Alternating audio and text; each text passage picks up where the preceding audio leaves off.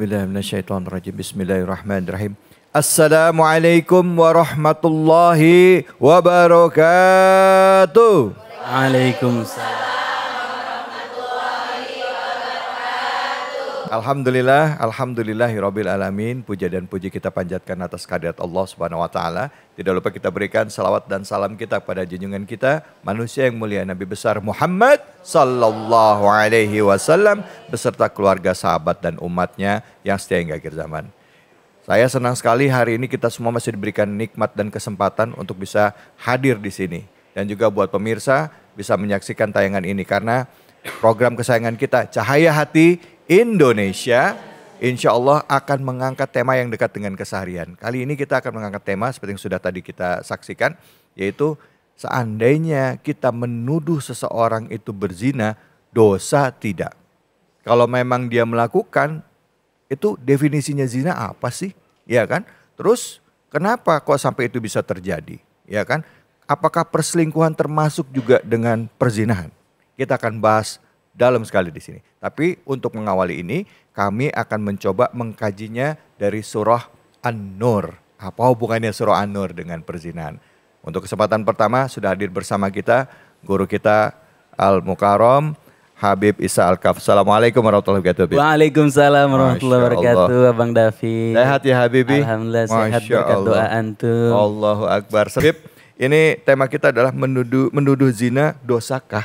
Nah, untuk itu kami persilakan Habib.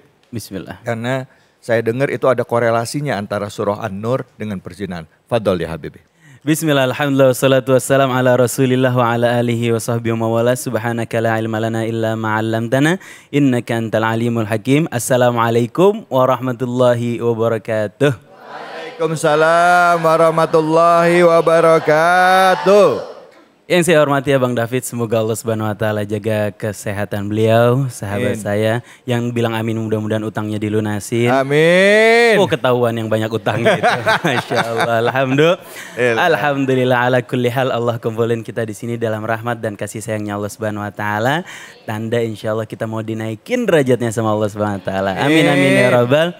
Juga pemirsa di rumah yang nonton acara ini, tandanya Allah pengen memuliakan kalian dengan ilmu yang akan diberikan kepada kalian. Karena dengan ilmu Allah bakal ngangkat derajat kita di sisi Allah Subhanahu wa ta'ala. Amin ya rabbal alamin. Ibu-ibu yang dirahmati Allah Subhanahu wa ta'ala, Allah itu ngasih kita perhiasan di dunia. Allah kasih kita segala macam sesuatu yang berpotensi untuk kita cintai. Ada yang namanya lawan jenis. Ada yang namanya harta. Ibu-ibu suka nggak kalau banyak duit? Wah, ibu-ibu kalau banyak duit mukanya ceria cantik luar biasa. Tapi kalau lagi banyak utang ya kasbonnya banyak. Waduh, musem merenget ya. Cinta terhadap jabatan, kadang-kadang cinta sekarang terhadap ketenaran. Ada banyak kecintaan. Semua kecintaan terhadap syahwat tersebut harus dikontrol sama ketakwaan dalam kecintaan kita terhadap hal duniawi ibarat rem pada mobil mewah. Mobil mewah nggak ada remnya, ibu-ibu mau naik nggak? Wah, nggak bakal mau. Mobil 2M deh ibu-ibu naik, dibayar 3M nggak ada remnya, mau? Nggak mau pasti. Rem daripada kecintaan kita terhadap segala sesuatu adalah ketakwaan kita kepada Allah Subhanahu wa taala, termasuk kecintaan kita terhadap lawan jenis. Harus dikasih rem ketakwaan, dan rem itu Allah Subhanahu wa taala jelaskan di dalam surat An-Nur. Kali ini kita akan baca An-Nur dari ayat pertama. Allah Subhanahu wa taala berfirman, A'udzu billahi minasyaitonir rajim. Bismillahirrahmanirrahim. Suratun anzalnaha وفرضناها وأنزلنا فيها آيات بينات لعلكم تذكرون. Surat yang Allah turunkan dan Allah wajibkan untuk kita amalkan apa-apa yang Allah Subhanahu wa taala perintahkan di dalamnya. Di awal ayat Allah udah jelasin kepada kita bahwa ayat-ayat berikutnya di dalam surat An-Nur berisi ayat muhkamat atau ayat perintah yang harus kita laksanakan. Dan perintah ini wajib kita laksanakan agar kita dapat kasih sayangnya Allah Subhanahu wa taala. Ibu mau dapat kasih sayangnya Allah? Mau dapat murkanya Allah? Nauzubillahimin dzalik. Ada yang nggak mudeng udah mau aja. Udah mau aja ya. Jangan ya. Kita harus nurut sama perintah Allah di dalam ayat-ayat berikutnya. Supaya la'allakum tadakkarun. Supaya kita mengingat Allah Subhanahu wa taala. Supaya kita menjadi hamba yang awas terhadap segala sesuatu yang ada di dunia. Dan hukum-hukum Allah kebaikannya akan kembali kepada kita. Az-zaniyatu waz-zani fajlidu kulla wahidin minhuma mi'ata jaldah. Para pezina. Az-zaniyah adalah orang yang biasa melakukan zina. Begitupun az-zani dari kalangan laki-laki adalah orang yang kerap kali punya kebiasaan dan udah menjadi ma'ruf. Udah disaksikan sama banyak orang dan sudah terkenal orang ini adalah pezina. Ya, orang ini adalah pezina. Syaratnya ini adalah orang yang punya kebiasaan. Maka hukuman bagi dia adalah maka cambuklah dia sebanyak 100 kali. Dicambuk ini orang. Supaya memiliki apa? Efek jerak buat dirinya dan buat orang-orang yang menonton. Buat orang-orang sekitar yang menyaksikan hukuman dari perzinahan ini. Wala ta'khudkum bihima ra'fatun fi dinillah in kuntum tu'minuna billahi wal yaumil akhir. Kalau kalian benar-benar beriman sama Allah Subhanahu wa taala dan hari akhir, kalian tidak akan kasihan atau tidak akan berlemah lembut terhadap hukum yang ditetapkan oleh Allah Subhanahu wa taala. Maksudnya tidak bertoleransi terhadap hukum yang ditetapkan oleh Allah Subhanahu wa taala. Tentu hukuman ini dijatuhkan berdasarkan keputusan hakim. Jadi nggak boleh main hakim sendiri ya? Nggak boleh main hakim sendiri. Misalnya ada orang lagi ngapain langsung, wah ini berzina udah langsung dikeroyok gitu, nggak boleh ya? Nggak boleh. Oke. Nggak boleh. Apalagi kita ngelihat sendirian, kemudian kita simpan. Kita bawa ke tongkrongan kita. Kemudian kita bilang, ibu bukannya aku mau ngomongin orang ya. Aduh. Habis itu ngomongin orang 34 bab. Nauzubillahimin dzalik. Wal yashhad 'adzabahuma ta'ifatan minal mu'minin. Dan hukuman ini hendaknya disaksikan oleh banyak orang supaya menimbulkan efek jerah. Sekali lagi, hukuman ini diberi hukuman atas keputusan hakim dan keputusan hakim ditetapkan atas dasar apa? Az-zani la yankihu illa zaniyatan aw musyrikah. Para pezina nggak bakal nafsu kecuali sama sesama pezina atau orang musyrik. Waz-zaniyatu la yankihu illa zanin aw musyrik wa hurrima dzalika 'alal mu'minin. Orang yang suka zina itu nggak nafsu sama orang soleh, sama orang yang baik-baik. Begitupun pezina laki-laki terhadap perempuan yang baik-baik, dia nggak nafsu. Begitupun orang yang baik-baik daripada laki-laki nggak nafsu, dia akan melihat secara rendah orang-orang yang punya kebiasaan berzina. Tapi sekali lagi, hukuman zina harus ditetapkan dan disaksikan. Berdasarkan apa? Walladzina yarmunal muhsanat summa lam ya'tu bi arba'ati syuhada fajliduhum thamanina jaldatan wa la taqbalu lahum syahadatan abada. Hukuman zina harus disaksikan oleh 4 orang. Sementara kalau kita baru ngelihat sendiri, terus kita udah nuduh, kata Allah, maka orang ini harus dicambuk 80 kali. Orang ini nuduh orang, gak bisa mendatangkan 4 orang. Maka orang ini harus dicambuk 80 kali. Kenapa?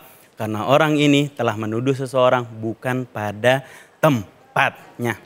Itu yang nuduh di hadapan hakim. Gimana ya kalau yang gosipin? Gimana yang kalau yang jadiin ini bahan omongan, bahan gibah?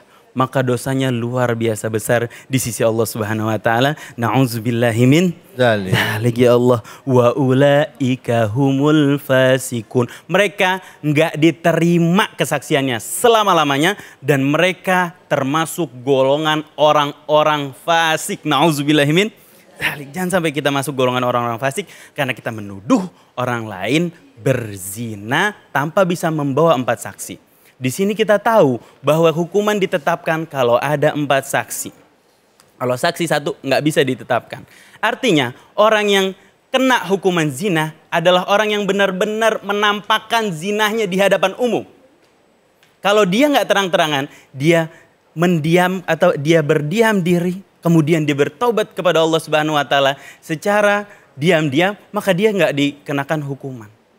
Kalau orang sudah punya kebiasaan, kemudian disaksikan oleh 4 saksi. 4 saksi tersebut bersaksi di hadapan hakim, maka baru ditetapkan hukuman cambuk sebanyak 100 kali. Supaya apa? Supaya perbuatan dia yang dia pamerkan di hadapan orang lain tidak mencontoh membawa dampak buruk kepada orang-orang sekitar. Ibu-ibu, kita nggak mau kan pasangan kita terpengaruh sama para pezina? Gak mau. Maka dari itu hal ini harus ditetapkan berdasarkan hukum yang Allah Subhanahu wa taala berikan kepada kita supaya kita mengalami keharmonisan di rumah tangga. Wallahu a'lam bishawab. Masya Allah. Sallu ala Nabi Muhammad. Bu, ngomongin perzinahan gak bisa sembarangan. Tadi kata Habib, Bib, seandainya saya ngelihat, maaf banget, ada pasangan orang lain masuk ke hotel sama yang bukan pasangannya. Itu boleh gak saya menduga keras dia melakukan perzinahan? Terus saya sampein ke pasangannya, maaf banget, kayak maksudnya demi kebaikan, Beb. Ya kan saya gak tega teman saya atau kenalan saya ini sampai dibohongin sama pasangannya gitu. Kira-kira saya dosa gak nih, Beb, kalau saya nyampein ke istrinya atau ke suaminya? Gimana, Beb? Untuk menuduh seseorang itu berzina, tadi kita sudah pelajari harus bawa 4 saksi. Tapi kalau ngasih tahu gimana, Beb? Kemarin lihat lakinya, misalnya maaf ya Bu ya, maaf, saya lihat laki lo kemarin masuk dalam hotel sama perempuan lain, ngapain? Nah, kayak gitu gimana? Itu namanya menghancurkan rumah tangga. Nauzubillahimin. Yang seperti itu tadi, hukuman kesaksiannya tidak diterima selama-lamanya kecuali kalau dia bertobat kepada Allah Subhanahu wa taala, maka dia selamat dari golongan orang fasik, tapi kesaksiannya tetap tidak diterima karena dia sudah menuduh orang lain berzina. Solusinya gimana sih? Kalau kita dapetin suaminya teman kita nih main-main, maka kita gunakan itu untuk bahan nasehatin si suami tersebut. Kasih tahu, Pak, saya dapetin Bapak kemarin masuk ke hotel, saya nggak tahu urusan apa. Boleh bertabayun, Bapak ngapain? Oh, kemarin saya nggak masuk kamar. Saya cuma di restoran, ada pertemuan, ada meeting. Itu namanya bertabayun. Bertabayun harus meminta penjelasan.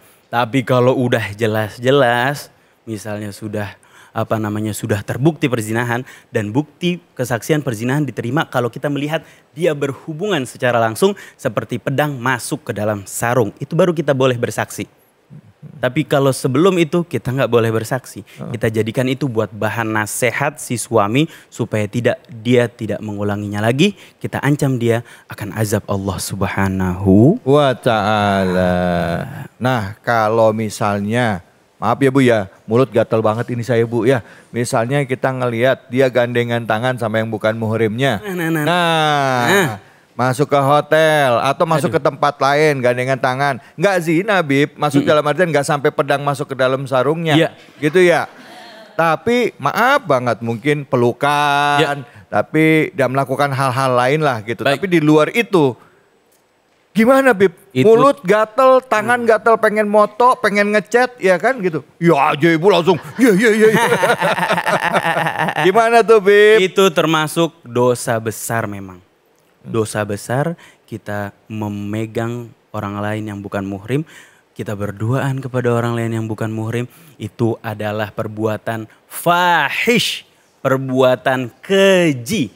Yang kata Allah Subhanahu wa taala, wala taqrabuz zina innahu kana fahishatan wa sa'a sabila. Jangan kau mendekati zina kayak gitu namanya apa? Deketin Deketin zina. Itu adalah perbuatan keji dan seburuk-buruknya jalan. Nauzubillahimin Zalik. itu adalah perbuatan keji yang harus kita amar ma'ruf nahi Munkar. Nah, boleh tadi kalau kata Bang David, gimana kita cara islahnya? Islahnya kita niat amar ma'ruf nahi munkar, bukan niat ngadu domba keluarga orang lain. Ya Allah, apalagi zaman sekarang bukannya cerita ke keluarga, Bib.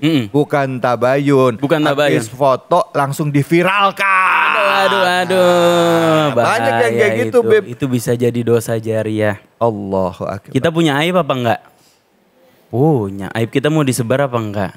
Enggak. Sebagaimana kita enggak mau disebar aib kita jaga aib orang lain. Bib, terakhir saya mau nanya.